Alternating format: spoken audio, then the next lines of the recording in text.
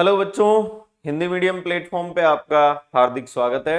मैं नेमीचंद शर्मा, आपका science teacher. तो आज देखो, पहले हमने क्लासेस में क्या क्या पढ़ा।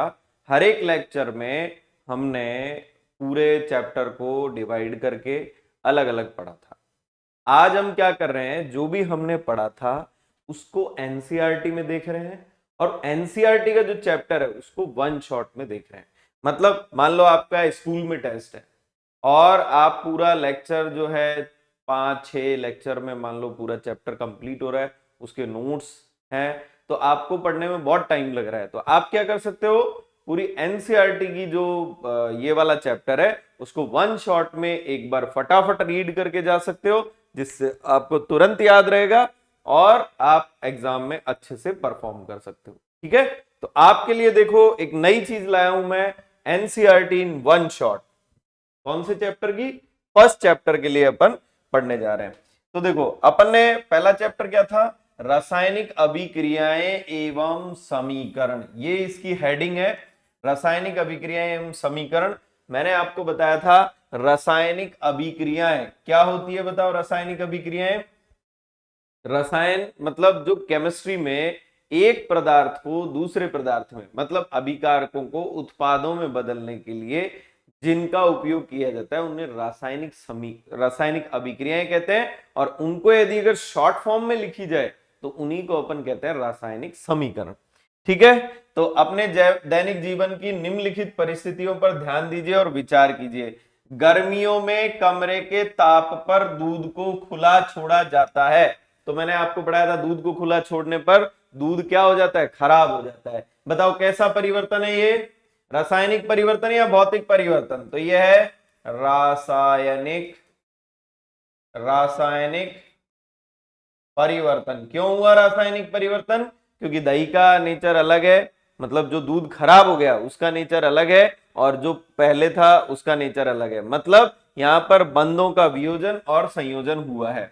लोहे का तवा अथवा तसला अथवा किसी कील को आर्द्र वायु में खुला छोड़ दिया जाता है तो क्या होता है बेटा, जंग का निर्माण। जंग का निर्माण। और देखो, जंग के निर्माण में क्या होता है कि जो आयरन है वो वाटर के साथ रिएक्शन करके Fe2O3 डॉट H2O बनाता है। तो देखो यहां पर एक रासायनिक अभिक्रिया हुई है क्या, यहां पर एक रासायनिक अभिक्रिया हुई है क्या? तो जब भी कहीं रासायनिक अभिक्रिया होती है तो यह भी कैसा परिवर्तन है बेटा, रासायनिक परिवर्तन। अंगूरों का क्विनन मैंने आपको पढ़ाया था, यहां पर ग्लूकोज। ग्लूकोज किस में बदलता है बेटा जी? देखो ग्लूकोज किस में बदलता है, यहां पर एल्कोहल में, एल्कोहल में बदल जाता है। फिर हमारे भोजन को पकाया जाता है, तो भोजन को जब पकाया जाता है तो उसमें क्या होता है बेटा, उसमें जब भोजन को पकाया जाता है तो इसमें भौतिक परिवर्तन भी है और रासायनिक परिवर्तन भी है। भौतिक परिवर्तन क्या है कि केवल यदि अगर उसको गर्म किया जा रहा है, मान लो भोजन बना हुआ है उसको गर्म कर रहे हैं तो उसमें कोई भी प्रकार की अभिक्रिया नहीं हुई है, तो ये तो कैसा परिवर्तन हुआ, भौतिक। और मान लो दूध को गर्म करके और उसको मान लो जैसे भोजन बना रहे हैं, तो भोजन बनाने में पनीर का निर्माण भी करते हैं। तो पनीर कैसे बनाएंगे, दूध से उसको पहले फाड़ दिया जाता है, उसके अंदर नींबू वींबू डाल करके और फिर उसको पनीर बनाया जाता है। तो यहाँ एक रासायनिक अभिक्रिया भी हुई है क्या? तो भोजन का निर्माण भौतिक परिवर्तन भी है और रासायनिक परिवर्तन भी है, डिपेंड करता है कि किस प्रकार की रिएक्शंस वहां पर हो रही है। हमारे शरीर में भोजन का पाचन, बताओ कैसा परिवर्तन है बेटा? हमने बताया था आपको कि भोजन कहां जाता है, मुंह से सीधे पेट और यहां पर आंतों में होता हुआ जाता है, तो उसमें विभिन्न प्रकार के एंजाइम मिक्स होते हैं जिससे भोजन के बड़े बड़े कणों को छोटे छोटे कणों में तोड़ा जाता है और उसको पचाया जाता है। तो यहां पर क्या होता है बेटा, रासायनिक अभिक्रियाएं होती है। तो ये भी कैसा परिवर्तन हुआ, रासायनिक परिवर्तन। आई थिंक समझ में आई होगी। हम जो सांस लेते हैं, सांस लेने के टाइम पे क्या पढ़ाया था मैंने कि ग्लूकोज जो है, ग्लूकोज किस में परिवर्तित होता है, ऑक्सीजन की उपस्थिति में CO2 प्लस H2O प्लस ऊर्जा का निर्माण करता है। तो ग्लूकोज में भी एक मतलब जब अपन सांस ले रहे हैं तो उसमें भी एक रासायनिक अभिक्रिया हो रही है। तो बेसिकली यहां भी अपन क्या कह सकते हैं, ये भी कैसा परिवर्तन है, रासायनिक परिवर्तन। तो देखो पहला परिवर्तन रासायनिक परिवर्तन है, दूसरा भी रासायनिक है, तीसरा भी रासायनिक है, चौथा भी रासायनिक और भौतिक दोनों हो सकते हैं। हमारे शरीर में भोजन का जो पाचन होता है वो भी रासायनिक परिवर्तन है। हम जो सांस लेते हैं वो भी एक तरीके का कैसा परिवर्तन है बेटा जी, रासायनिक परिवर्तन है। बोलो यहां तक की बातें सबको समझ में आई क्या?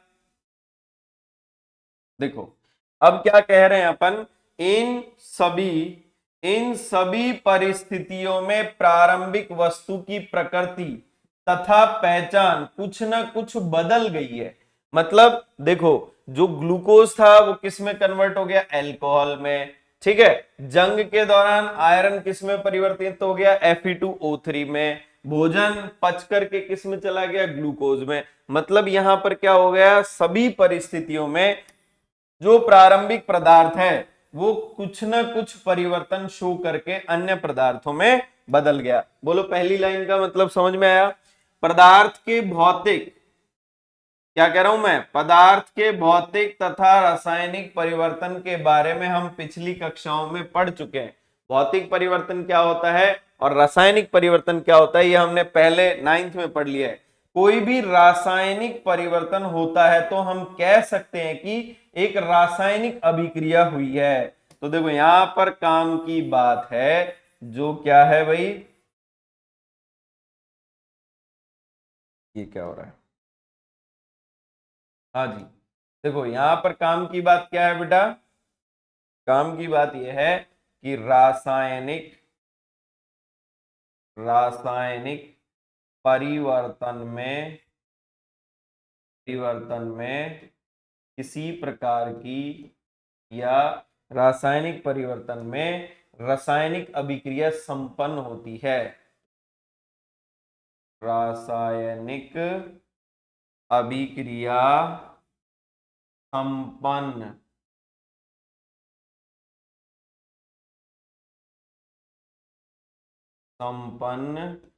होती है। बोलो बेटा जी बात समझ में आई कि नहीं आई?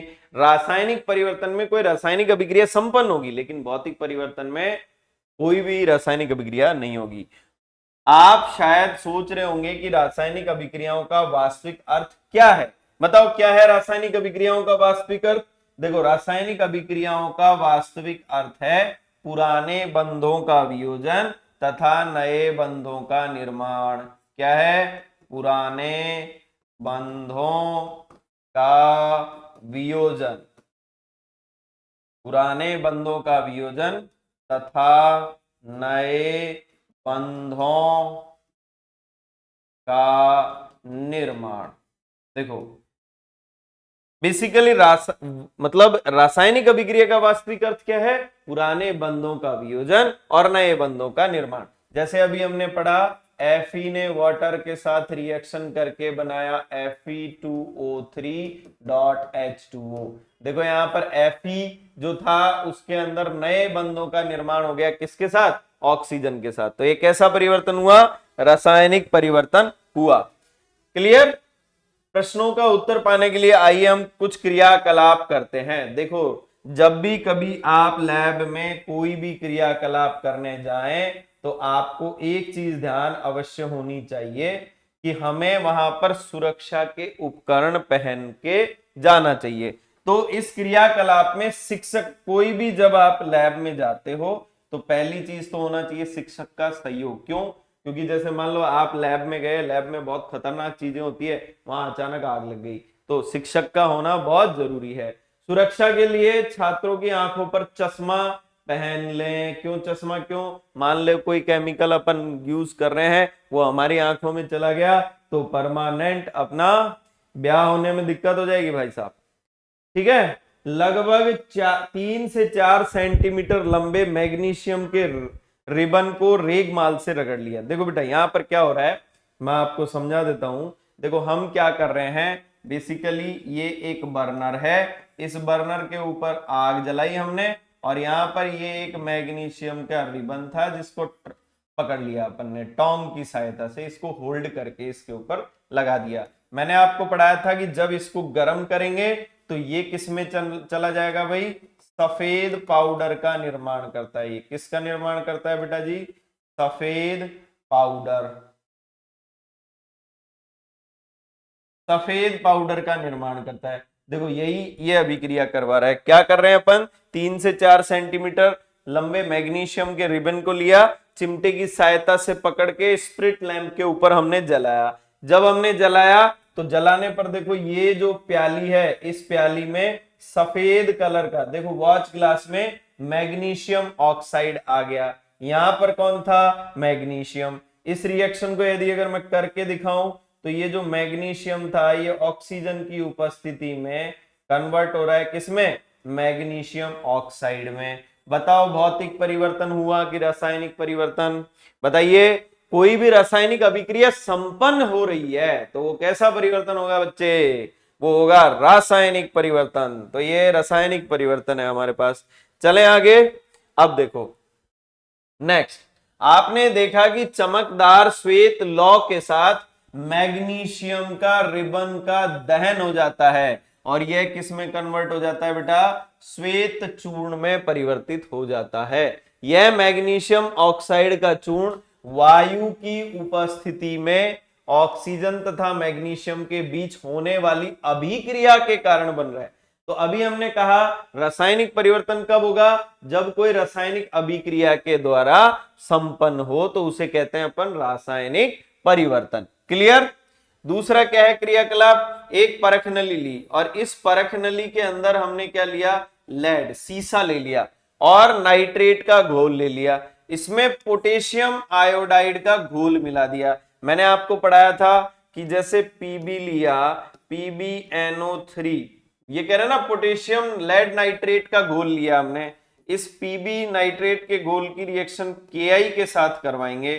तो मैंने आपको बताया था PbI का क्या बनता है बेटा, पीला, पीला अवक्षेप। इसमें क्या बन जाता है बेटा, देखो ये क्या कर रहे हैं अपन, हाँ ये तो एक दूसरा क्रियाकलाप है। अपन इसमें क्या प्रेक्षण करेंगे बेटा, लैब में आप जाओगे, लैब में इस टाइप से क्या करते हैं, परख नली ली। इस परख नली में अपन ने क्या लिया बेटा जी, इसमें लिया PbNO3, इसमें बाहर से क्या मिला दिया अपन ने, Ki। तो फिर इसमें बताओ क्या बन जाएगा, पीले कलर का प्रेसिपिटेट बन गया। ये पीले कलर का, पीले रंग का अवक्षेप। और ये अवक्षेप किसकी वजह से बन रहा है बेटा, PbI की वजह से। और PbI को क्या कहते हैं बेटा, लेड आयोडाइड। बोलो बात समझ में आई कि नहीं आई। एक अगला प्रेक्षण ये कर रहे हैं, एक क्या लिया अपन ने, संक्वा, इसको कहते हैं बेटा इसको कहते हैं फ्लास्क।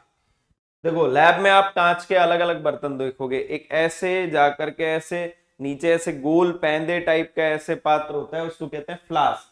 तो इसमें क्या किया, एक शंक्वाकार फ्लास्क में परख नली या परख नली में कुछ दानेदार हमने जिंक लिया और उसमें तनु सल्फ्यूरिक अम्ल मिलाया। देखो इस क्रियाकलाप में क्या हो रहा है, हमने क्या लिया, जिंक के साथ अपन ने ले लिया तनु सल्फ्यूरिक अम्ल H2SO4।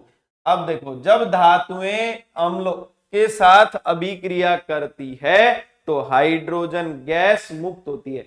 जब धातुएं किसके साथ अभिक्रिया करती है बेटा, धातुएं तनु अम्लों के साथ अभिक्रिया करती है तो यहां पर H2 गैस निकलेगी, साथ में बनेगा ZnSO4। देखो यहां पर भी एक रासायनिक अभिक्रिया बन रही है क्या, तो रासायनिक अभिक्रिया संपन्न हो रही है। तो ये कैसा परिवर्तन हुआ, रासायनिक परिवर्तन। क्या जस्ते के दानों को के आसपास कुछ होता हुआ दिखाई दे रहा है, बिल्कुल होता हुआ दिखाई देगा। क्या होगा, वहां से हाइड्रोजन गैस जो है वो बुलबुलों की फॉर्म में बाहर निकलेगी। शंक्वाकार फ्लास्क या परख नली को स्पर्श करेंगे, देखो हाइड्रोजन गैस क्या होता है, अत्यधिक ज्वलनशील होता है। जैसे ही वो बनती है तो वहां पर क्या निकलेगी, ऊर्जा निकलेगी। और जब ऊर्जा निकलेगी तो वहां पर क्या हो जाएगा, उसके तापमान में क्या हो जाएगी, वृद्धि हो जाएगी। तो परख नली के ताप में क्या हो जाएगा, परिवर्तन। अब देखो हमने पहला क्रियाकलाप क्या किया, मैग्नीशियम के तार को जलाया। तो जब मैग्नीशियम के तार को जलाया तो मैग्नीशियम का तार सफेद कलर में परिवर्तित हो गया। बताओ रंग परिवर्तन हुआ क्या? दूसरा हमने क्या लिया, दूसरा क्रियाकलाप, देखो दूसरे रंग में परिवर्तन हमने आपको समझाया। दूसरे क्रियाकलाप की बात करें, अवस्था में परिवर्तन। अवस्था में परिवर्तन क्या था कि ये जिंक ठोस अवस्था में था, जब इसको H2SO4 में मिलाएंगे तो घुल जाएगा। जो घुल जाएगा तो देखो ठोस से किस में चला गया, द्रव अवस्था में। तो यहां पर क्या हो गया बेटा जी, अवस्था में परिवर्तन। देखो यहां पर गैस निकली है क्या, हाइड्रोजन गैस, तो गैस का निष्कासन हो सकता है। या फिर हमने अभी थोड़ी देर पहले पढ़ाया कि इस अभिक्रिया में परख नली की सतह कैसी हो जाएगी, गर्म, तो तापमान में भी क्या हो जाएगा, परिवर्तन। तो देखो यदि हम अपने आसपास हो रहे परिवर्तन को देखें तो हम पाएंगे कि हमारे चारों ओर विभिन्न प्रकार की रासायनिक अभिक्रियाएं हो रही है। इस अध्याय में हम विभिन्न प्रकार की रासायनिक अभिक्रियाओं और उनके प्रतीकात्मक निरूपण का अध्ययन करेंगे। बोलो बात समझ में आई कि नहीं? मतलब आप ये समझो, भौतिक परिवर्तन, रासायनिक परिवर्तन। आप देखो जैसे ईंटों से घर बनाया, इसमें किसी प्रकार की अभिक्रिया नहीं हुई तो ये भौतिक परिवर्तन हुआ। क्लियर? आटा जो था उसको हमने पानी मिला करके उसका मतलब गीला कर लिया उसको, तो यहां पर कुछ नहीं हुआ है, कोई रासायनिक अभिक्रिया नहीं है, बस उसमें पानी मिलाया है, तो ये कैसा परिवर्तन हुआ, भौतिक। आटे जो थे उससे रोटी गोल गोल बना ली, ये भी कैसा परिवर्तन हुआ, भौतिक परिवर्तन। रासायनिक परिवर्तन में क्या होगा, किसी भी प्रकार की रासायनिक अभिक्रिया संपन्न होगी। क्लियर? चले आगे, देखो अब आते हैं अपन रासायनिक समीकरण। देखो क्या हुआ बेटा, एक रासायनिक अभिक्रिया हुई। देखो इस रासायनिक अभिक्रिया को मैंने इतना बड़ा फॉर्मेट में लिया, मतलब कितनी लाइन लिखी गई रासायनिक अभिक्रिया की, 1 2 3, 3 लाइनों में मैंने किसी रासायनिक अभिक्रिया को लिखी है। अब यदि अगर मान लो ऐसे रासायनिक अभिक्रियाओं को ऐसे लिखना शुरू कर दिया तो किताबों पे किताबें भर जाएगी। तो रासायनिक अभिक्रियाओं को सूक्ष्म रूप देने के लिए रासायनिक समीकरणों का उपयोग किया जाता है। क्लियर? तो अपन क्या कह रहे हैं कि जब ऑक्सीजन, देखो रासायनिक समीकरण क्या है, बेसिकली रासायनिक समीकरण है रासायनिक अभिक्रियाओं को सूक्ष्म रूप में लिखा जाना। जैसे मान लो इस रासायनिक अभिक्रियाओं को बड़े रूप में क्या लिखा जाएगा, तो इसको लिखा जाएगा जब मैग्नीशियम की अभिक्रिया ऑक्सीजन के साथ करवाई जाती है जिसमें मैग्नीशियम और ऑक्सीजन अभिकारक है, तथा जब ये अभिक्रिया संपन्न हो जाएगी तो इसमें मैग्नीशियम ऑक्साइड का निर्माण होगा जो कि उत्पाद है। बताओ इतनी बड़ी लाइन को यदि अगर मैं लिखूंगा तो मेरे हिसाब से आधा पैराग्राफ भर जाएगा। तो उस आधे पैराग्राफ को और शॉर्ट करने के लिए हमने क्या किया, रासायनिक अभिक्रिया लिखी। इस रासायनिक अभिक्रिया के 3 पार्ट होते हैं। एक तो इधर की तरफ लिखा होता है जिसे लेफ्ट हैंड साइड कहते हैं, इधर की तरफ लिखा हुआ है उसको राइट हैंड साइड, और ये तीर का निशान। देखो जो इधर की तरफ लिखे हुए हैं वो होते हैं अभिकारक, जो उधर की तरफ लिखे हुए हैं वो है उत्पाद। जो तीर का निशान होता है वो अभिकारक और उत्पाद में क्या करता है, उनको अलग अलग करता है। ठीक है? तीर का निशान अभिक्रिया की दिशा को व्यक्त करता है। बोलो ये 3 पॉइंट समझ में आए। अभिकारक कौन होते हैं, जो रासायनिक अभिक्रिया में भाग लेकर के उत्पाद का निर्माण करते हैं उसे अभिकारक कहते हैं। उत्पाद कौन होते हैं, जो रासायनिक अभिक्रिया के दौरान निर्मित होते हैं वो उत्पाद होते हैं। क्लियर? अब देखो अभिकारक उत्पाद में परिवर्तित होते हैं, तो किसे दर्शाया जाता है इसको, तीर की दिशा से। बोलो बात समझ में आई कि नहीं आई? अब देखो अगली चीज क्या है, देखो जो तीर की दिशा है वो बेसिकली अभिकारक और उत्पाद के बारे में हमें व्यक्त करता है। क्लियर कहानी? एक और चीज, मान लो यदि अगर एक से अधिक अभिकारक है, एक से अधिक अभिकारक है तो उनको दिखाने के लिए उनके मध्य प्लस का साइन लगाया जाता है। एक से अधिक अभिकारक है तो उनको दिखाने के लिए किसका साइन लगाएंगे बेटा, प्लस का साइन लगाएंगे। तो अब इस पूरी चीज को पढ़ते हैं। जब ऑक्सीजन की उपस्थिति में मैग्नीशियम रिबन का दहन होता है तो मैग्नीशियम ऑक्साइड में परिवर्तित हो जाता है। वाक्य के रूप में किसी रासायनिक अभिक्रिया का विवरण बहुत लंबा हो जाता है, इसे संक्षिप्त में लिखने के लिए किसका उपयोग किया जाता है बेटा जी, रासायनिक समीकरण का। क्लियर? अब अपन कह रहे हैं अभिक्रिया में मैग्नीशियम तथा ऑक्सीजन पदार्थ है जिसमें रासायनिक परिवर्तन होता है। अतः इन्हें क्या कहते हैं, अभिकारक। बताओ अभिकारक की परिभाषा क्या होगी, वे अभिक्रिया में भाग लेने वाले वे पदार्थ जो अभिक्रिया करके उत्पाद का निर्माण करते हैं। आप लिख सकते हो बिल्कुल, एग्जाम में आए, अभिकारक क्या होता है, अभिकारक क्या होता है, जो अभिक्रिया करे, उत्पाद क्या होता है, जो बने। क्लियर। नए पदार्थ मैग्नीशियम ऑक्साइड का निर्माण हो रहा है, जिसे क्या नाम देंगे अपन, उत्पाद नाम देंगे। बेटा जी यहां तक का समझ में आया, एक बार फटाफट इसको रीड करो, देखे।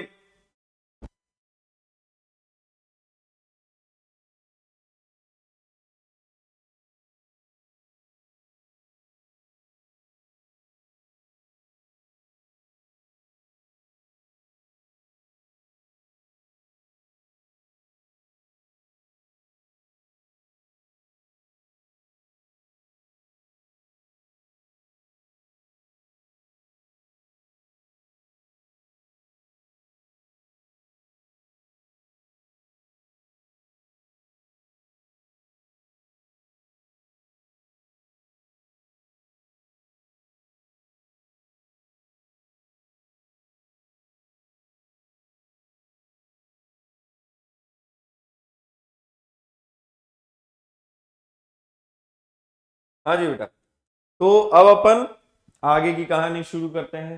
देखो क्या कर रहे हैं अपन, रासायनिक समीकरण किसे कहते हैं, रासायनिक समीकरण किसे कहते हैं, जब रासायनिक अभिक्रिया को संक्षिप्त में लिखा जाए तो उसे रासायनिक समीकरण कहते हैं। रासायनिक समीकरण में जो इधर की तरफ लिखा है वो अभिकारक, इधर की तरफ लिखा है वो उत्पाद। और मैं कह रहा हूं कि रासायनिक समीकरण में यदि अगर एक से अधिक अभिकारक है तो प्लस का साइन लगाया जाता है, एक से अधिक उत्पाद है तो भी उनके बीच में प्लस का साइन लगाया जाता है।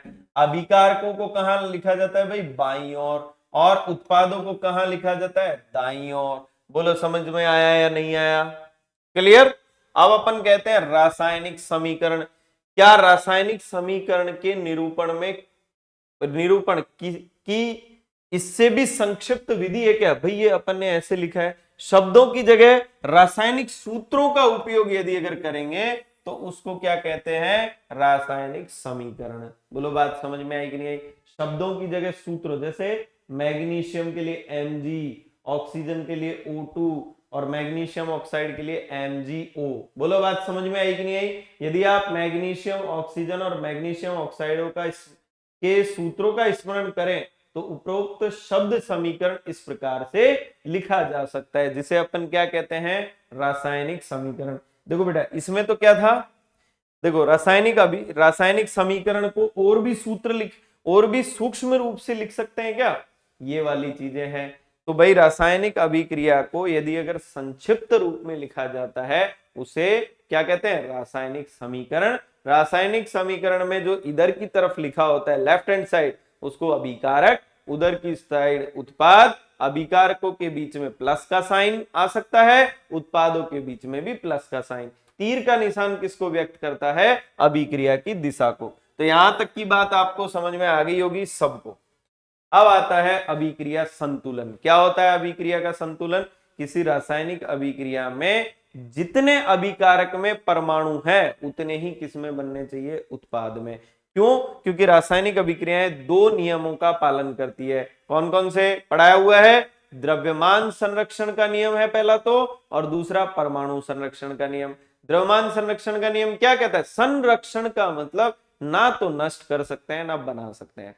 तो द्रव्यमान संरक्षण का नियम कहता है अभिक्रिया के दौरान ना तो द्रव्यमान को नष्ट किया जा सकता है और ना ही बनाया जा सकता है। तो इसे क्या कहते हैं बेटा, द्रव्यमान संरक्षण का नियम। तो देखो आपको द्रव्यमान संरक्षण के नियम का स्मरण होगा, क्या होता है, जिसको आपने 9वीं क्लास में अध्ययन किया है। क्या है, किसी रासायनिक अभिक्रिया का द्रव्यमान ना तो निर्माण होता है और ना ही विनाश होता है। अर्थात किसी रासायनिक अभिक्रिया के उत्पाद तत्वों का कुल द्रव्यमान, उत्पाद तत्वों का कुल द्रव्यमान अभिकारक तत्वों के कुल द्रव्यमान के बराबर होता है। बोलो बात समझ में आई कि नहीं आई। अर्थात अपन दूसरे शब्दों में कहें कि अभिक्रिया के प्रारंभ का द्रव्यमान अभिक्रिया के अंत का द्रव्यमान बराबर होता है। तो सर जैसे लकड़ी के टुकड़े को हम जलाते हैं तो लकड़ी के टुकड़े का पहले भार कुछ और होता है, जलाने के बाद जो राख बनती है उसका भार तो बहुत कम होता है। तो क्या ये अभिक्रिया द्रव्यमान संरक्षण का पालन कर रही है क्या? बिल्कुल कर रही है। आपने केवल राख को देखा, उसके जलाने पर जो CO2 निकली उसको आपने काउंट नहीं किया। यदि अगर उस लकड़ी के डिब्बे, लकड़ी के टुकड़े को यदि अगर एक बॉक्स में बंद करके जलाया जाए तो वहां पर क्या होगा, उसका कुल भार आपको नियत दिखेगा। तो अपन दूसरे शब्दों में रासायनिक अभिक्रिया के पहले एवं पश्चात प्रत्येक तत्व के परमाणुओं की संख्या क्या रहती है? समान रहती है। और इसी नियम को कहते हैं बेटा परमाणु संरक्षण का नियम। ये नियम क्या है? इसको तो कहेंगे परमाणु संरक्षण का नियम। ये तो है परमाणु संरक्षण का नियम। और ये क्या है बेटा? द्रव्यमान संरक्षण का नियम। आई थिंक बात आपको पल्ले पड़ी है। अब देखो यहां पर क्या हो रहा है, जिंक की अभिक्रिया सल्फ्यूरिक अम्ल के साथ करवा रहे हैं। तो क्या बन रहा है? जिंक सल्फेट और हाइड्रोजन। जैसे ये जिंक लिया है, यहाँ H2SO4 लिया है, इससे बना है ZnSO4 और इससे H2। बताओ क्या ये रासायनिक अभिक्रिया परमाणु संरक्षण के नियम का पालन कर रही है क्या? आप बताओ। देखो जिंक के कितने परमाणु थे बेटा? जिंक का था यहाँ एक परमाणु। उत्पाद में भी जिंक के कितने परमाणु है? एक। सल्फर का कितना परमाणु था? एक। यहाँ पर भी कितना है? एक। हाइड्रोजन के कितने परमाणु थे? दो। यहाँ भी कितने हैं? दो। ठीक है। ऑक्सीजन के कितने परमाणु थे? चार। और यहाँ भी कितने हैं? चार। तो देखो ये रासायनिक समीकरण जो है ये संतुलित रासायनिक समीकरण है, क्योंकि दोनों तरफ क्या है? तत्वों की संख्या समान है। क्लियर? चलो भाई आगे की तरफ चलते हैं अपन। जैसे वही जो हमने किया है उसको ही हमने यहां पर बना दिया। देखो अभिकारक में जिंक की संख्या कितनी थी? अभिक्रिया फिर से लिख देता हूं, Zn plus H2SO4 giving ZnSO4 plus H2। तो देखो अभिकारक की तरफ जिंक की संख्या कितनी है? एक। ठीक है। हाइड्रोजन की संख्या कितनी है? दो। सल्फर की संख्या कितनी है? एक। ऑक्सीजन की संख्या कितनी है? चार। इधर उत्पाद में एक, चार और हाइड्रोजन की संख्या कितनी है? दो। तो ये क्या है बेसिकली बेटा? संतुलित रासायनिक समीकरण है। समीकरण में तीर के निशान के दोनों ओर प्रत्येक तत्व के परमाणुओं की संख्या समान है, इसलिए ये समीकरण कैसा है बेटा? संतुलित रासायनिक समीकरण। ये कैसा समीकरण है बेटा? संतुलित रासायनिक समीकरण। देखो रासायनिक समीकरण को संतुलित करने के लिए मैंने आपको बताया था, देखो क्या था पहला नियम? क्या था? जितने भी तत्व हैं उनके चारों तरफ बॉक्स बनाओ। दूसरा नियम क्या था? सारणी का निर्माण करो। तीसरा नियम क्या था? जो सर्वाधिक संख्या में है उसको सबसे पहले क्या करो? संतुलित करो। फिर ऑक्सीजन के संतुलन के लिए अपोजिट दिशा में क्या लगाओ? पानी। और हाइड्रोजन को संतुलित करने के लिए क्या लगाओ? हाइड्रोजन। मतलब H2 को संतुलित करने के लिए दोनों तरफ हाइड्रोजन की संख्या बराबर करनी है। पहला नियम बॉक्स बनाओ, दूसरा नियम सारणी बनाओ, तीसरा नियम सर्वाधिक परमाणु वाले तत्व, मतलब सर्वाधिक परमाणु की संख्या वाले तत्वों को पहले बैलेंस करो, फिर ऑक्सीजन और फिर हाइड्रोजन। तो देखो यहां पर क्या हो रहा है? रासायनिक समीकरण को संतुलित करने के लिए सबसे पहले प्रत्येक सूत्र के चारों ओर क्या बनाना पड़ेगा? एक बॉक्स बनाना पड़ेगा। समीकरण को संतुलित करते समय बॉक्स के अंदर कुछ भी परिवर्तन नहीं कीजिए, मतलब इसमें बॉक्स के अंदर कोई परिवर्तन नहीं किया है। दूसरा चरण में क्या है? असंतुलित रासायनिक समीकरण में विभिन्न परमाणुओं की संख्या की एक सारणी या सूची बना लो। क्लियर? तीसरा क्या है? सुविधा के लिए जो सबसे अधिक परमाणु वाले यौगिक को सबसे पहले संतुलित करिए। ठीक है? वह अभिकारक हो या उत्पाद हो, किसी भी दिशा में हो सकता है, चाहे अभिकारक हो चाहे उत्पाद हो, ऐसे तत्व को सबसे पहले संतुलित करो जिसकी संख्या सर्वाधिक है। फिर परमाणु, इस आधार पर हम Fe3O4 और उसके ऑक्सीजन तत्व को चुनते हैं। जैसे Fe3O4 में सर्वाधिक संख्या देखो इसकी है क्या? जैसे मान लो ये एक मैंने समीकरण संतुलित कर रहा हूं, तो देखो Fe की संख्या 1, H की संख्या 2, O की संख्या 1, ये अभिकारकों की तरफ है, ये उत्पादों की तरफ है। तो देखो सर्वाधिक संख्या में 4 ऑक्सीजन है। तो सबसे पहले संतुलित करो ऑक्सीजन को। ऑक्सीजन को संतुलित करने के लिए क्या करते हैं बेटा? ऑक्सीजन को संतुलित करने के लिए जो जिधर ऑक्सीजन ज्यादा है उसके अपोजिट दिशा में जल के अणु जोड़ देते हैं। तो देखो इधर कितने 4, तो इधर मैंने 4 जल के अणु जोड़े, तो बताओ ऑक्सीजन संतुलित हो गई क्या? फिर हाइड्रोजन को संतुलित करते हैं। देखो इस प्रकार संतुलन के लिए 4 से गुणा कर दिया। देखो ये 4 से गुणा कर दिया। फिर क्या कर रहा है? Fe तथा हाइड्रोजन परमाणु संतुलित नहीं है, क्योंकि Fe इधर 3 है, हाइड्रोजन इधर 2 है। यहाँ हाइड्रोजन 8 हो गए और Fe 1 हो गया, तो ये संतुलित नहीं है। तो किसी एक तत्व को चुनकर आगे बढ़ते हैं। मान लो आपने हाइड्रोजन को चुना, तो हाइड्रोजन इधर की तरफ कितना था बेटा? इधर की तरफ 8। सर ये 8 कैसे आया? सर ये 8 कैसे आया? तो देखो 4 4 आगे लिखा हुआ है क्या? 4 H2O के अणु है, एक में 2 है, 4 इंटू 2 बराबर कितना हुआ? 8। इधर में कितना है? 2। इसको 8 करने के लिए यहां पर 4 लिख सकता हूं क्या? फिर क्या करना है अपन को? Fe को संतुलित, इधर में 3 है, इधर में 1 है, यहां पर 3 से मल्टीप्लाई कर दिया। तो देखो पहले इसने किसको संतुलित किया? हाइड्रोजन को। देखो समझ में आया कि नहीं आया? इधर 8 थे, उत्पाद में भी अब 8 हो गए। फिर आगे बढ़ने पर हमने किसको संतुलित किया? Fe को। इधर Fe 3 थे, तो यहां पर आगे मैंने 3 लगा दिया। बोलो समझ में आया कि नहीं आया? फिर सबसे अंत में हमें अभिक्रिया के संतुलन की जांच करनी है। कैसे करोगे अभिक्रिया के संतुलन की जांच? दोनों तरफ परमाणुओं की संख्या समान है, तो अभिक्रिया क्या है बेटा? संतुलित। और एक संतुलित रासायनिक समीकरण परमाणु संरक्षण के नियम की भी पालना करता है और द्रव्यमान संरक्षण के नियम की भी पालना करता है। क्लियर? ये कहानी यहां तक समझ में आई? अब चलो भौतिक अवस्थाओं के संकेतों को लिखना। देखो किसी भी रासायनिक अभिक्रिया के अंदर तत्वों की भौतिक अवस्थाओं को, देखो समीकरण क्या है? किसी भी रासायनिक अभिक्रिया को शॉर्ट में लिखना, तो उसकी सारी संपूर्ण जानकारी यदि अगर हमें मिल जाए तो उसी समीकरण को बेस्ट समीकरण कहेंगे। तो तत्वों के भौतिक भौतिक अवस्थाओं को संकेत के रूप में देखो, जैसे आयरन, लोहा कैसे होता है? ठोस अवस्था में होता है क्या? तो इसके बाहर ब्रैकेट में सॉलिड लिख दिया। वाटर, यदि अगर गर्म पानी की बात कर रहे हैं तो गर्म पानी गैसीय अवस्था में होता है, इसलिए इसको गैस में लिख दिया।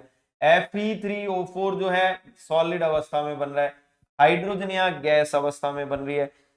तो देखो क्या करेंगे कि जो सूत्र है उनके आगे कोष्टक में उनकी अवस्थाओं को लिखा जाता है। तो ऊपर लिखे संतुलित रासायनिक समीकरण की सावधानी से जांच कीजिए। क्या इस समीकरण से हमें रासायनिक अभिक्रिया के उत्पाद तथा भौतिक अवस्थाओं के बारे में ज्ञान हो सकता है क्या? रासायनिक समीकरण को अधिक सूचनापूर्ण बनाने के लिए, क्योंकि रासायनिक समीकरण क्या होना चाहिए? पूरी रासायनिक अभिक्रिया की जानकारी देने वाला होना चाहिए। तो सूचनापूर्ण बनाने के लिए अभिकारकों तथा उत्पादों के रासायनिक सूत्रों के साथ भौतिक अवस्थाओं को भी दर्शाया जाता है। बहुत अभिकारक तथा उत्पादों के कौन कौन सी अवस्था हो सकती है? गैस, द्रव, जलीय तथा ठोस। कौन कौन सी अवस्था हो सकती है? गैस, द्रव, जलीय तथा ठोस को हम गैस को किससे लिखते हैं? G से, द्रव को लिक्विड से, जलीय को AQ से और सॉलिड को S से दर्शाया जाता है। एक्वस क्या होता है सर? जलीय का क्या होता है? किसी भी चीज को जल में घोल दिया।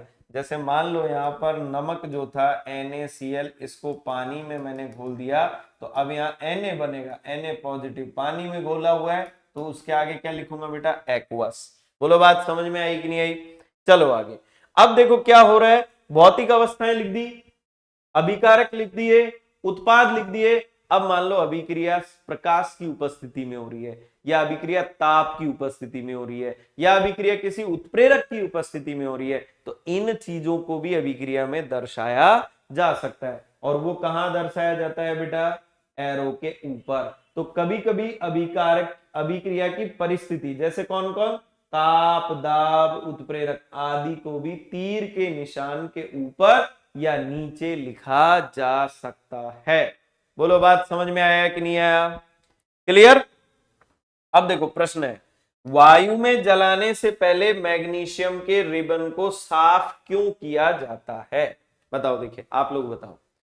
तो देखो मैं बताता हूं क्यों साफ किया जाता है। मान लो उसके ऊपर किसी प्रकार की गंदगी है, मान लो उसके ऊपर कोई ऑक्साइड की परत जमी हुई है, तो जब आप उसको जलाते हो और उसके ऊपर किसी भी प्रकार की कोटिंग हुई तो इजीली नहीं जलेगा, और जब वो नहीं जलेगा तो अभिक्रिया ही संपन्न नहीं होगी। इसलिए उसको क्या किया जाता है, पहले उसको साफ किया जाएगा। क्लियर? जैसे मान लो आप घर में कोई भी फल फ्रूट सब्जी लेकर आ रहे हो, क्यों उसको पहले छीलते हो, साफ करते हो, क्यों करते हो?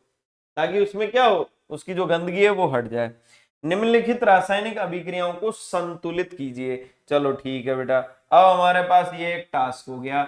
इस टास्क को अपन करते हैं। Hydrogen plus chlorine, hydrogen H2 होता है, क्लोरीन Cl2 होता है, और इससे बन रहा है HCl। बताओ बेटा, संतुलित कर सकते हो क्या? अभिकारक की तरफ हाइड्रोजन के कितने परमाणु हैं? 2। तो देखो सबसे पहले अपन क्या करेंगे, सबसे पहले इसके चारों तरफ बॉक्स बनाएंगे, बॉक्स बनाएंगे। फिर कौन कौन से तत्व हैं अपने पास? H है एंड Cl है, यह अभिकारक, यह है उत्पाद। अभिकारक में हाइड्रोजन कितने हैं? 2।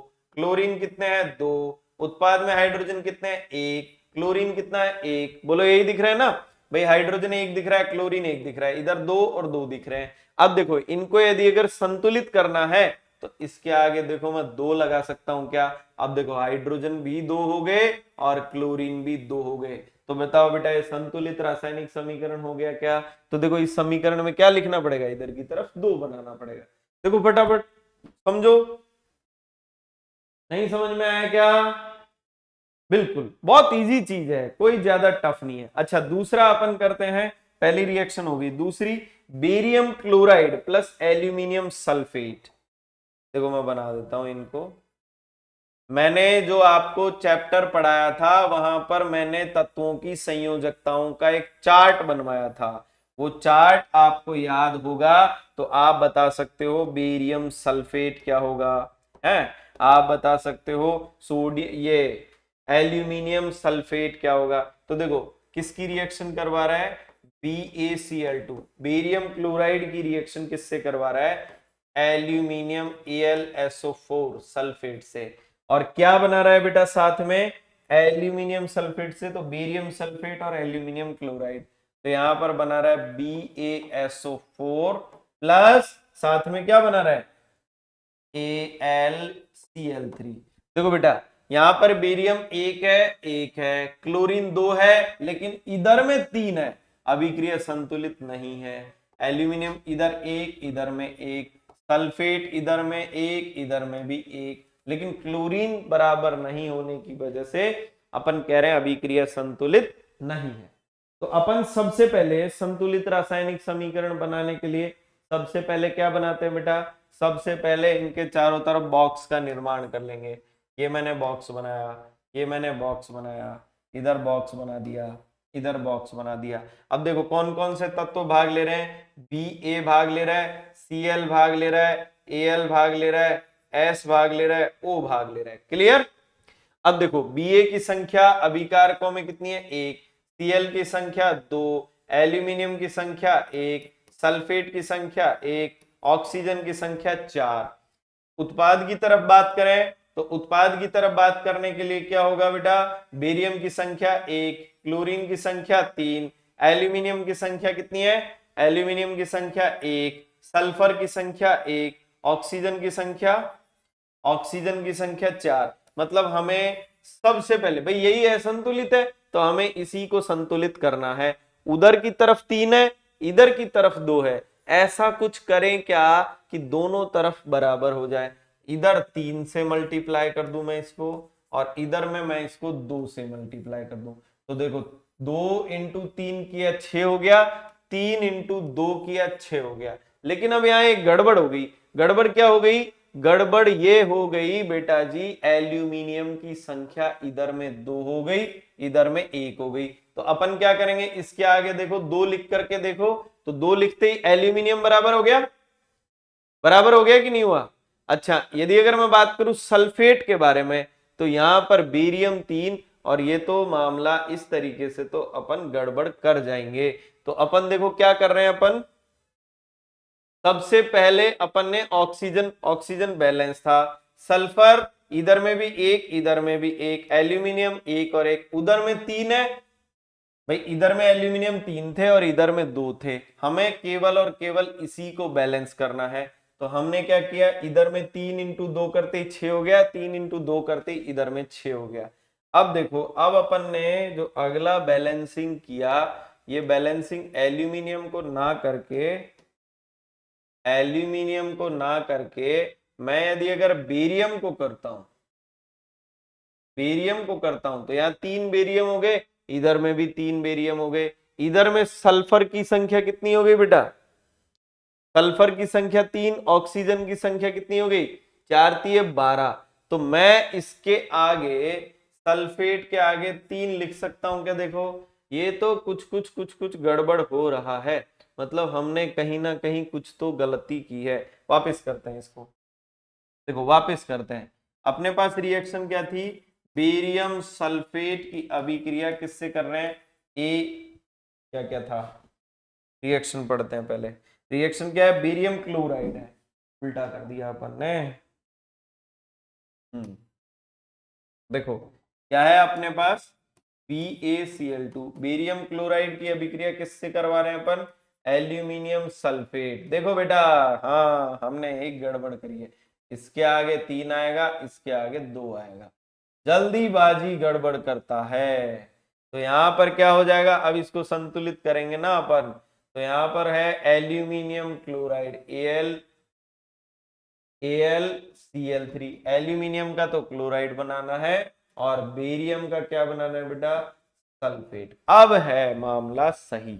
तो देखो, अब देखो यहां पर तत्व कौन से है, barium, chloride, aluminium, sulphur, oxygen. Clear?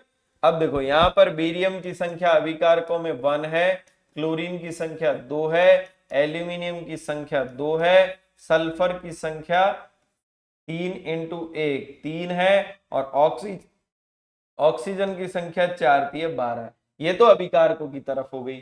उत्पादों की तरफ बात करें, बेरियम की संख्या 1, क्लोरीन की 3, एल्यूमिनियम की कितनी है 1, सल्फर की कितनी है 1, और ऑक्सीजन की कितनी है 4।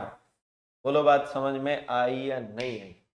अब देखो, देखो सही है क्या, 1 बेरियम और क्लोरीन कितने हो गए 3, एल्यूमिनियम कितने हैं इधर में 1, ऑक्सी और सल्फर कितना है 1, और ऑक्सीजन कितने हैं 4।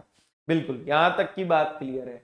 अब देखो हम क्या करेंगे, सबसे पहले ऑक्सीजन को बैलेंस करेंगे। तो ऑक्सीजन को बैलेंस करने के लिए इधर की तरफ कितनी है बेटा 12, और इधर की तरफ कितनी है 4, तो इसके आगे मैं 3 लिख सकता हूं क्या, देखो अब 12 हो गई क्या, 4 इंटू 3 12 हो गई। तो देखो सबसे पहले हमने ऑक्सीजन को बैलेंस कर लिया। अब क्या कर सकते हैं अपन, देखो इधर बेरियम की संख्या 3 हो गई। अच्छा देखो, ऑक्सीजन बैलेंस होते ही सल्फर भी बैलेंस हो गया क्या, सल्फर की संख्या इधर में भी 3 थी, इधर में भी 3 थी। तो हमारे पास एक एक चेक करें, ऑक्सीजन डन, सल्फर डन। मुझे यदि अगर बेरियम की बात करनी है तो इसके आगे 3 लिख देता हूं मैं।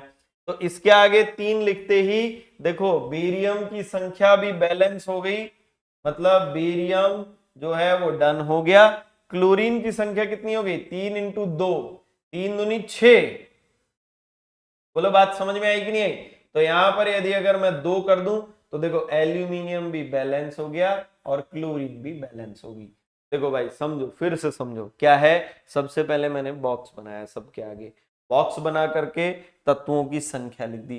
तत्वों की संख्या लिखने के बाद में हमने क्या किया, जो सर्वाधिक संख्या में है उसको पहले दोनों तरफ बैलेंस किया, और फिर ऐसे चेक करता गया कि कौन कौन बैलेंस हो गए। थोड़ा सा ट्रिकी है, आपको थोड़ी मेहनत करनी पड़ेगी इस पे। हमने देखो, हमने ही क्या किया यहाँ पर, हमने ही इसके फॉर्मूले को गलत लिख करके और देखो कितना कॉम्प्लिकेशंस बना दिया था। ये फॉर्मूला हमने यहाँ गलत लिखा था, इसलिए यहाँ पर बैलेंस होने में दिक्कत हो रही थी। तो आपको हमने जानबूझ के लिखा है, ये कारण क्या है कि संयोजकता हम भूल गए थे। क्लियर? तो संयोजकता वाले चार्ट को याद करना जरूरी है। तो देखो ये आपका ये क्लियर। अगला कौन सा है, सोडियम प्लस जल, और उससे क्या बना रहे अपन, सोडियम हाइड्रोक्साइड, कुछ भी नहीं है। देखो यहाँ सोडियम प्लस जल H2O मिलकर के बना रहे NaOH। क्लियर। अब देखो NaOH प्लस,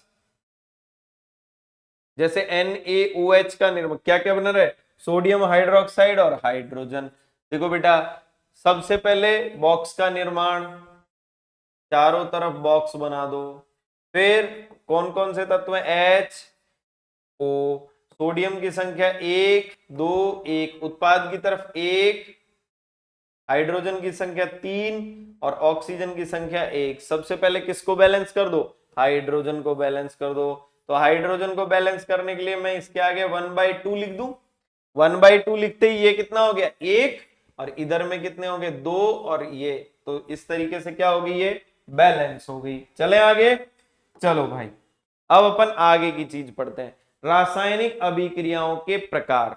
मैंने सबसे पहले आपको रासायनिक अभिक्रिया पढ़ाई थी संयोजन अभिक्रिया। क्या होती है संयोजन अभिक्रिया, जब दो अथवा दो से अधिक अभिकारक आपस में जुड़ते हैं तो इसके जुड़ने की वजह से जो अभिक्रिया बनती है वो कौन सी होती है बेटा, संयोजन। कि जैसे यहाँ पर कैल्शियम ऑक्साइड वाटर के साथ मिलकर के कैल्शियम हाइड्रोक्साइड का निर्माण कर रहा है, तो यहाँ पर क्या हो रहा है, दो अथवा दो से अधिक अभिक्रियाएं आपस में जुड़ के क्या बना रही है बेटा, एकल उत्पाद का निर्माण कर रही है। तो ऐसी अभिक्रियाओं को संयोजन अभिक्रिया कहते हैं। तो कक्षा 9 में हम अध्ययन कर चुके हैं कि रासायनिक क्रिया के समय एक तत्व का परमाणु दूसरे तत्व के परमाणु में नहीं बदलता है। परमाणु एक तत्व से दूसरे तत्व में नहीं बदलता है, केवल क्या होता है, पुराने बंधों का वियोजन, नए बंधों का निर्माण। ना तो कोई परमाणु मिश्रण से बाहर जाता है और ना ही बाहर से मिश्रण में आता है। केवल रासायनिक अभिक्रियाओं में परमाणुओं के आपस में बंधों के वियोजन और संयोजन से पदार्थ का निर्माण होता है।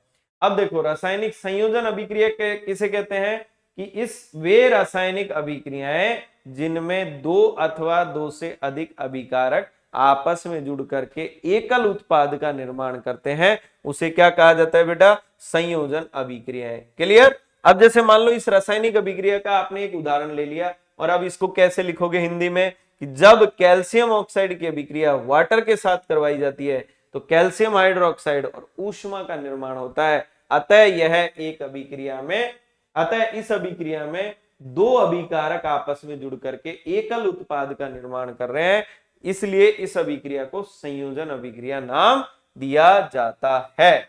चलें आगे।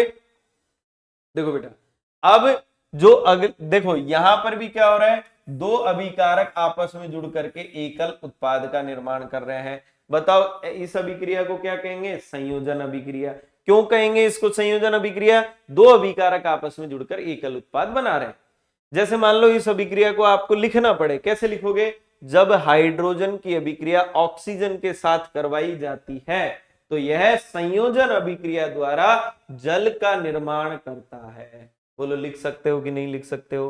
अब आता है दूसरा, ऊष्माक्षेपी रासायनिक अभिक्रियाएं। क्या होती है ऊष्माक्षेपी, वे रासायनिक अभिक्रियाएं जिनके दौरान ऊष्मा मुक्त होती है, उन अभिक्रियाओं को ऊष्माक्षेपी अभिक्रिया कहते हैं। जैसे मान लो आप कहीं भी कोई भी चीज जलाते हो तो जलाने के दौरान क्या निकलती है, ऊर्जा निकलती है। इस जलाने के दौरान जो ऊर्जा निकल रही है, इस प्रकार की अभिक्रियाओं को ऊष्माक्षेपी अभिक्रियाएं कहते हैं। जैसे ऊष्माक्षेपी अभिक्रियाओं का क्या क्या उदाहरण है, हमारे शरीर में हम भोजन खाते हैं, भोजन खाने के बाद हम सांस लेते हैं, सांस लेने से क्या होगा कि भोजन में उपस्थित जो ग्लूकोज है ना, ये ग्लूकोज ये ऑक्सीजन की उपस्थिति में जल के कार्बन डाइऑक्साइड, पानी और ऊर्जा का निर्माण करता है।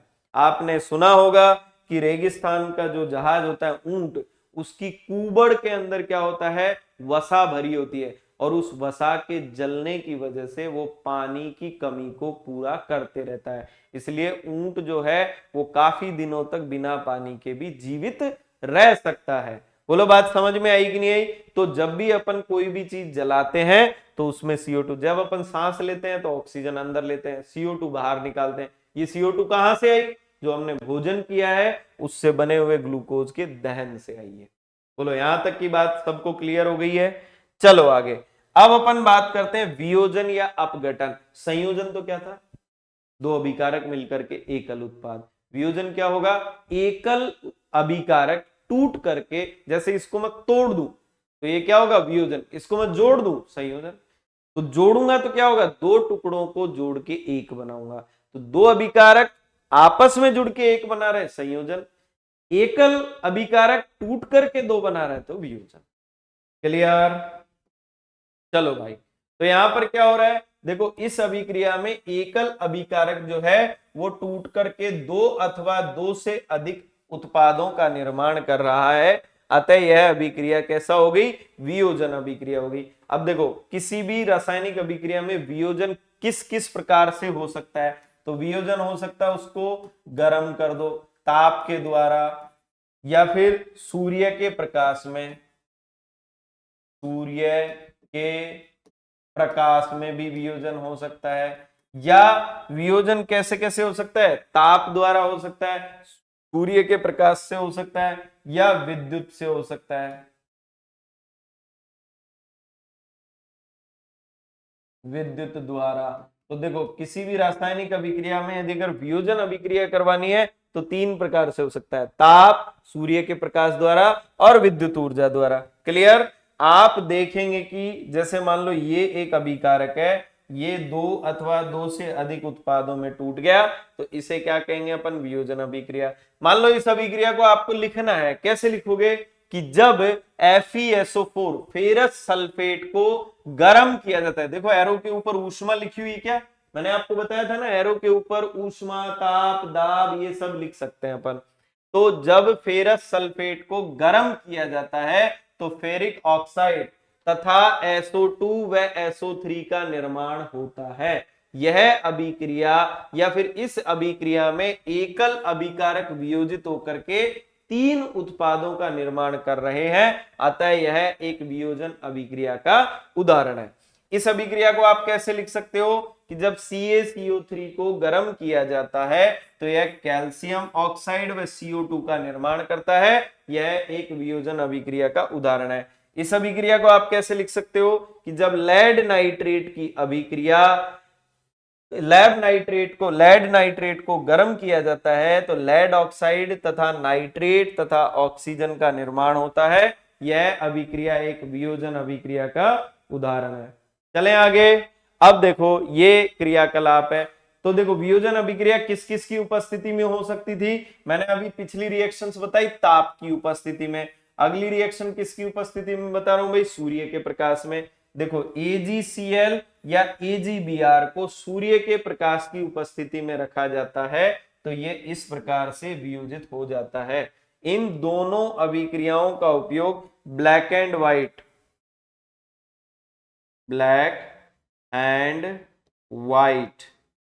फोटोग्राफी,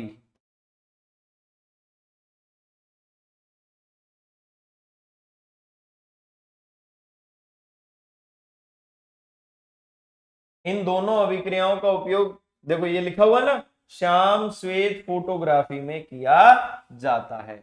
ये क्या हो रहा है बेटा, ये है विद्युत अपघटन, कि जैसे मान लो एक पानी का एक क्या लिया, जार लिया, और उस पानी के जार के अंदर हमने दो इलेक्ट्रोड लगाए, दो इलेक्ट्रोड लगा करके इलेक्ट्रिसिटी दबाई, और उसमें जब विद्युत जाएगी तो वहां धमाका होगा, और ये धमाका आप घर पे मत कर देना, नहीं तो पूरे घर की लाइट जल जाएगी और आपके करंट आकर के आप भगवान को प्यारे हो सकते हो। तो ये कारनामे नहीं करने हैं। चलो ऐसा मत सोच लेना आज तो मैं अपघटन अभिक्रिया करवा के रहूंगा, ऐसा मत सोच लेना, ठीक है।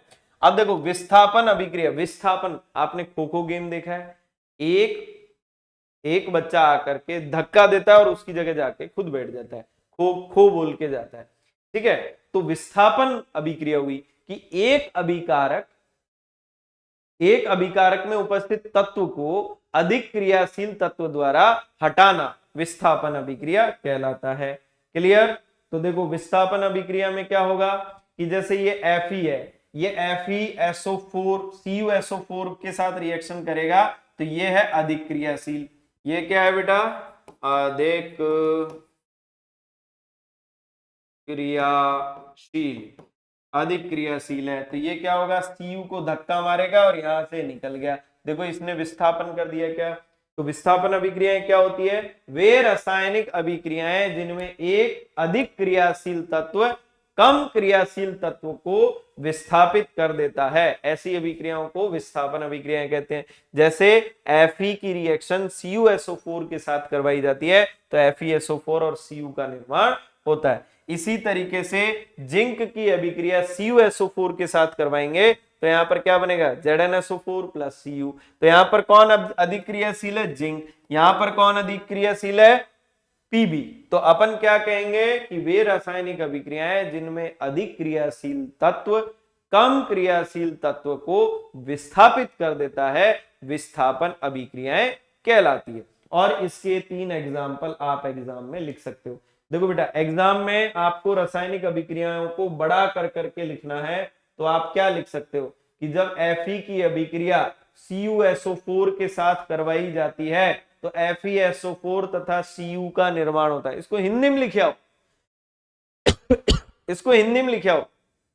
जब आप इसको हिंदी में लिखेंगे तो एक पैराग्राफ बढ़ जाएगा, आपके नंबर बढ़ जाएंगे। बोलो बात समझ में आई कि नहीं आई? चलो आगे। अब आती है द्विविस्थापन अभिक्रियाएं। क्या होती है बेटा द्विविस्थापन अभिक्रियाएं? जिसमें क्या हो, जैसे ये सोडियम को विस्थापित कर दे, मतलब सोडियम का विस्थापन बेरियम से हो जाए। तो देखो सोडियम की जगह तो कौन आ गया? बेरियम, और बेरियम की जगह कौन आ गया? सोडियम। बोलो बात समझ में आई कि नहीं आई? मतलब वे रासायनिक अभिक्रियाएं जिनमें दो अभिकारकों में आपस में आयनों का एक्सचेंज हो जाता है उसे द्विविस्थापन अभिक्रिया कहते हैं। क्लियर? बोलो यहां तक की बात समझ में आई सभी को? अब आते हैं अपन उपचयन अपचयन अभिक्रियाएं। देखो यदि अगर ऑक्सीजन का योग हो रहा है तो ऐसी अभिक्रिया को ऑक्सीकरण अभिक्रिया कहते हैं, और ऑक्सीजन यदि अगर बाहर निकल रही है तो ऐसी अभिक्रिया को क्या कहते हैं? अपचयन अभिक्रिया। देखो ऑक्सीकरण अभिक्रिया क्या होती है? ऑक्सीजन का जुड़ना। अपचयन अभिक्रिया क्या होती है? ऑक्सीजन का बाहर निकलना या हाइड्रोजन का जुड़ना। हाइड्रोजन का जुड़ना है अपचयन, ऑक्सीजन का जुड़ना है ऑक्सीकरण। ऑक्सीजन का हटना अपचयन है और हाइड्रोजन का जुड़ना अपचयन है। क्लियर? यहां तक की बात आपको मेरे हिसाब से सबको समझ में आ गई होगी। चलें आगे। अब देखो इस अभिक्रिया में देखो ये जो कॉपर है इससे ऑक्सीजन हट रहा है तो इसका तो क्या हो रहा है? ऑक्सीजन का हटना अपचयन, और इसमें आकर के ऑक्सीजन जुड़ रही है तो ये क्या हो गया बेटा? उपचयन या ऑक्सीकरण। जैसे इसका ऑक्सीजन हट रहा है तो ये तो हो गया अपचयन, और इससे ऑक्सीजन जुड़ रहा है तो ये हो गया उपचयन। बोलो बात समझ में आई कि नहीं आई? जैसे इस अभिक्रिया में ऑक्सीजन हट रहा है तो ये हो गया क्या? उपचयन, और यहां ऑक्सीजन जुड़ रहा है तो ये हो गया अपचयन। क्लियर? समझ में आई? अब आते हैं अपन संक्षारण की तरफ। संक्षारण का मतलब होता है जंग लगना। जैसे आपने देखा होगा कि गले में चांदी की चैन पहन रखी है, थोड़े दिन बाद में वो चांदी की चैन काली हो जाती है। ये काली होने का कारण क्या है? संक्षारण। आप अपने घरों में बर्तन देखेंगे, तांबे के बर्तन में हरे हरे कलर की मतलब जगह जगह जम जाता है हरा कलर, वो भी क्या है? संक्षारण। आपने लोहे पर क्या देखा होगा? जंग लगते हुए देखा होगा, ये भी क्या है? संक्षारण। तो धातुओं पर उनके ऑक्साइड या कार्बोनेट की परत जमने के कारण धातुओं का क्षय हो जाता है। क्या लिखेंगे? धातुओं पर ऑक्साइड या कार्बोनेट की परत जमने के कारण उनका क्षय हो जाता है, इसी को संक्षारण अभिक्रिया कहते हैं। तो यहां कह रहे हैं कि आपने अवश्य देखा होगा कि लोहे की बनी हुई वस्तुएं चमकीली होती है, लेकिन कुछ समय पश्चात इसका लालिमा युक्त भूरे रंग की एक परत चढ़ जाती है। प्राय इस प्रक्रिया को लोहे पर जंग लगना कहते हैं। क्लियर? कुछ अन्य धातुओं में ऐसा देखा होगा आपने, चांदी तथा तांबे पर चढ़ने वाली परत का रंग ध्यान दिया होगा। चांदी की परत कैसी हो जाती है? काली, और तांबे की परत हरी हो जाती है। जब धातु को अपने आसपास अम्ल, आर्द्रता आदि के संपर्क में रखा जाता है तो ये तत्व संक्षारित हो जाते हैं, इसे संक्षारण कहते हैं। देखो ये तांबे के ऊपर हरी परत चढ़ती है और चांदी के ऊपर काली। तो बेटा संक्षारण किसे कहेंगे? कि जब धातुओं को आर्द्रता, नमी या वायु की उपस्थिति में खुला छोड़ा जाता है तो उनके ऊपर ऑक्साइड या कार्बोनेट की परत का निर्माण हो जाता है, जिसे के कारण क्या होगा? धातु की चमक कम हो जाती है। इसी को क्या कहते हैं? संक्षारण कहते हैं। क्लियर? अब देखो संक्षारण के कारण क्या होता है, धातुओं का क्षय हो जाता है। मान लो संक्षारण ही नहीं हो रहा होता तो जंग ही नहीं लगती, जंग नहीं लगती तो कभी कोई चीज खराब ही नहीं होती। तो संक्षारण धातुओं का क्षय बढ़ाता है। अब आता है विकृत गंधिता। विकृत गंधिता क्या होती है, मान लो लंबे समय तक जो तेलीय खाद्य पदार्थ है उसको रख देते हैं। मान लो आज शाम को आपने सब्जी बनाई और 3 दिन बाद उसको जाकर के उसके पास आप जा रहे हो तो क्या होगा, उसकी गंध खराब हो जाएगी, उसका टेस्ट खराब हो जाएगा। तो ये गंध खराब होने को क्या कहेंगे, विकृत गंधिता। कि जब खाद्य सामग्रियों में ऑक्साइड, ऑयल, घी या ऐसी चीज उपस्थित है तो उनका क्या होता है, ऑक्सीकरण हो जाता है, जिससे उनके स्वाद और गंध में परिवर्तन हो जाता है, जिसे क्या कहते हैं, विकृत गंधिता। क्या होता है बेटा, जब ऑयल युक्त खाद्य पदार्थों को लंबे समय तक रख दिया जाए तो उनके स्वाद और गंध में बदलाव आ जाता है, जिसे विकृत गंधिता कहते हैं। तो यहां कह रहा है वसा युक्त अथवा तेलीय खाद्य सामग्री को लंबे समय तक रखा जाता है तो उनका स्वाद या गंध कैसी हो जाती है, सड़ने लगते हैं भाई साहब। तो उपचयित होने पर मतलब उनका ऑक्सीकरण हो जाता है, उपचयित होने पर तेल व वसा विकृत गंधित हो जाती है, जिससे उनके स्वाद और गंध बदल जाते हैं। प्राय तेलीय अच्छा अब एक बात बताओ, यदि अगर इसको रोकना है तो आप क्या करोगे, विकृत गंधिता को रोकना है तो आप क्या करोगे, आपन उसको फ्रिज में रख देते हैं, जिससे उसका ऑक्सीकरण या उपचयन की जो अभिक्रिया है वो स्लो हो जाती है। या अपन और दूसरा काम क्या करते हैं उसमें, कि कुछ जैसे मान लो अचार वगैरह, ऐसे जमा अचार वगैरह बनाते हैं तो उसमें कुछ मीठा या सिट्रिक अम्ल या ऐसे पदार्थ मिला देते हैं जो एंटीऑक्सीडेंट होते हैं, मतलब ऑक्सीकरण को रोकते हैं। क्लियर। या फिर जैसे आपने चिप्स देखी होगी या कुरकुरे देखे होंगे, इनमें हवा भरी होती है। क्यों भरी होती है हवा, एक्चुअली इसमें नाइट्रोजन गैस भरी होती है। ये नाइट्रोजन जो गैस है ये काम क्या करती है कि जो वो पदार्थ भरा हुआ है उसको सड़ने से बचाती है या उसके सड़ने की स्पीड को कम करती है। बचाया तो नहीं जा सकता है लेकिन कम किया जाता है। इसलिए मार्केट से आने वाली चिप्स कुरकुरे इनसे दूर रहना चाहिए। उसमें मान लो यदि अगर 1% भी ऑक्सीजन हुई तो वो सड़ जाएगा, हम उसको खाएंगे तो बीमार हो जाएंगे। इसीलिए कुरकुरे वगैरह खाने से बीमारियां होने के चांसेस रहते हैं।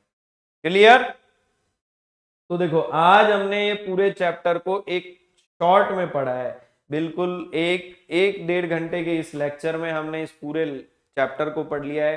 देखो ये सारी चीजें इंग्लिश मीडियम के बच्चों के लिए बिल्कुल अवेलेबल रहती थी, अब हमने हिंदी मीडियम प्लेटफॉर्म पे ये सारी चीजें हिंदी मीडियम के बच्चों के लिए भी शुरू की है। तो आप लोग बिल्कुल जी जान लगा करके लग जाइए। 10वीं में हमें बहुत अच्छी परसेंटेज के साथ पास होना है ताकि हम 11वीं में डॉक्टर या इंजीनियर बन सके। ठीक है। और या फिर मान लो अच्छी परसेंटेज बनेगी तो सिविल सर्विसेज के मान लो आप इंटरव्यू देने जा रहे हो तो वहां पर आपकी परसेंटेज, मार्कशीट वगैरह ये सब देखी जाती है ना। मान लो आप 10वीं में आपकी परसेंटेज ही अच्छी नहीं है तो सामने वाले के दिमाग में क्या हो जाएगा कि अरे 10वीं में पढ़ता नहीं था इसलिए शायद ये इसकी परसेंटेज नहीं बनी है। ठीक है।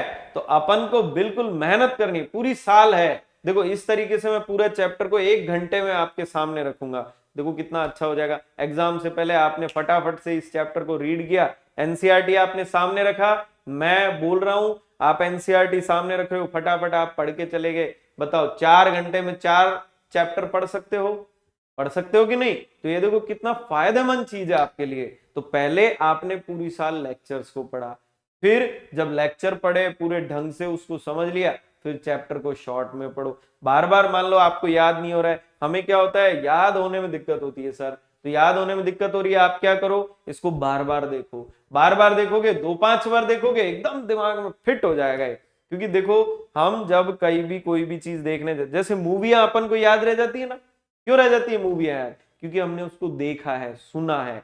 आपने देखा, सुना और साथ में पढ़ा भी है, 3 चीजें लगा दी तो आपको ये चैप्टर एकदम अच्छे से हो जाएगा।